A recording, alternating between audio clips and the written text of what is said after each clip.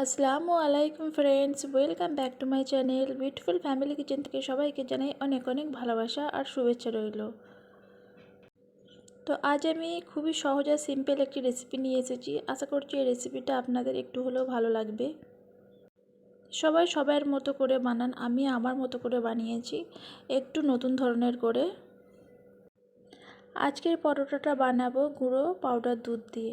তো চলুন দেখে নিই এই পরোটাটা কীভাবে বানাচ্ছি।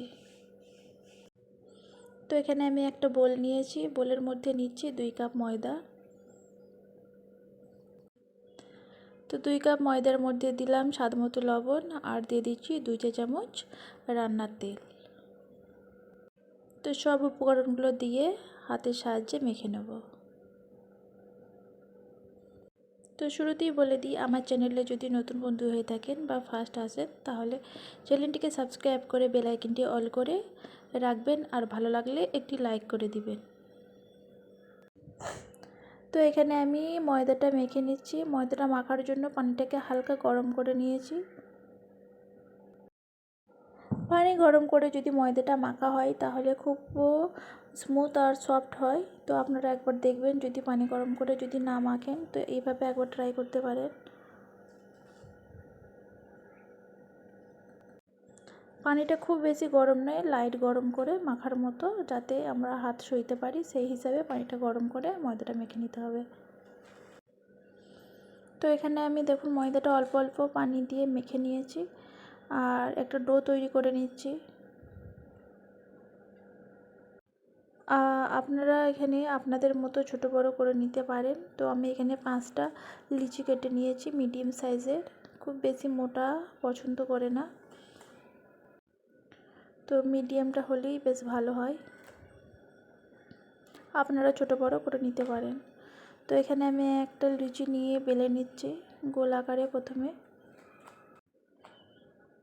তো ঘুরিয়ে ঘুরিয়ে বেলে নিচ্ছি, আপনারা আপনাদের মতো করে বেলে নেবেন। তো রুটি অনেকে সুন্দরভাবে বেলতে পারে, আবার অনেকে একটু বেলতে পারে বা একটু বেলার অসুবিধা হয়। তো যাই হোক, যে যার মতো করে বেলে নিতে পারবেন। তো এখানে রুটিটা বড় সাইজের করে বেলে নিয়েছি, দেখুন পুরো গোল করে।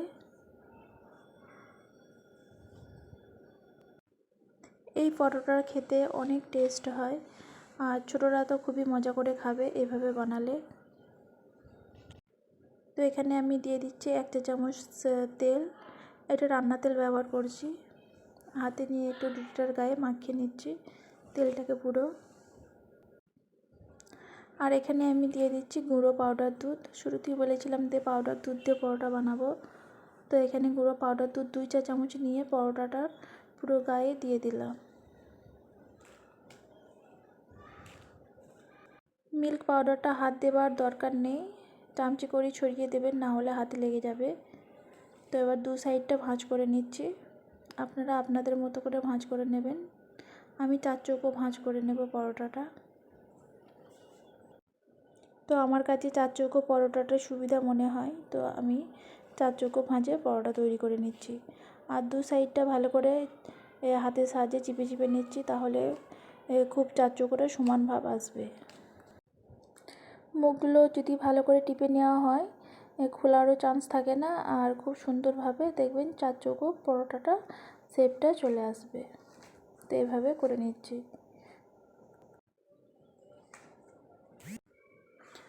আবারও শুকনো আটা দিয়ে, অল্প আটা দিয়ে পরোটাটাকে বেলে নেব। তেল দিয়ে বেলবো না, আমি আটা দিয়ে বেলছি, আপনারা চাইলে তেল দিয়ে বেলে নিতে পারেন।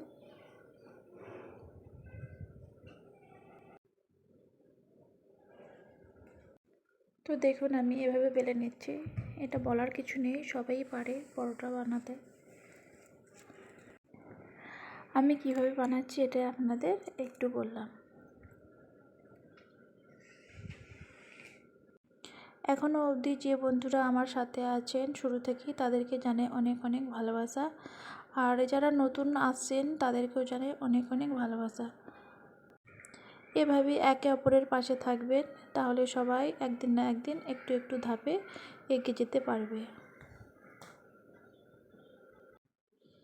তো এখানে সব পরোটাগুলোই আমি বানিয়ে নিচ্ছি সেম প্রসেসে।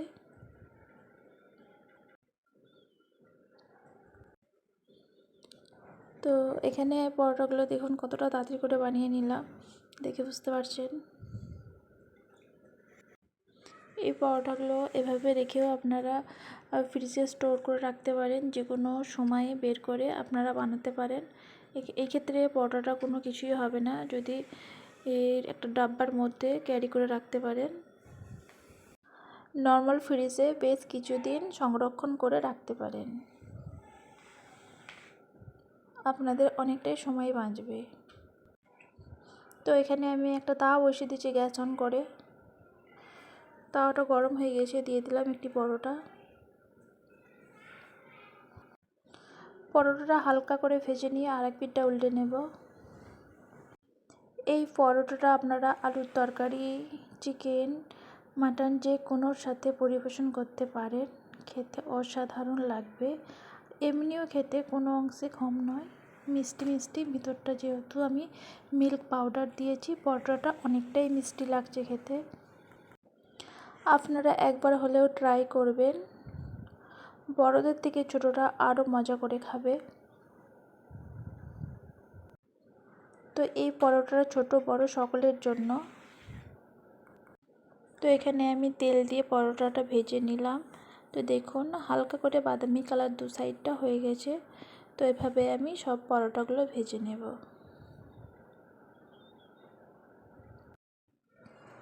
পরোটা রেসিপিটা আপনাদের কাছে কেমন লেগেছে কমেন্ট বক্সে বলবেন। আর যদি একটুও ভালো লেগে থাকে তাহলে চ্যানেলটিকে সাবস্ক্রাইব করবেন আর লাইক। তো এতে করে আর সাবস্ক্রাইব করে রাখলে আমার ছোটো ছোটো ভিডিও নোটিফিকেশান সবার প্রথমে আপনাদের কাছে পৌঁছে যাবে। ভিডিওটি এখানেই শেষ করলাম। আল্লাহ হাফিজ।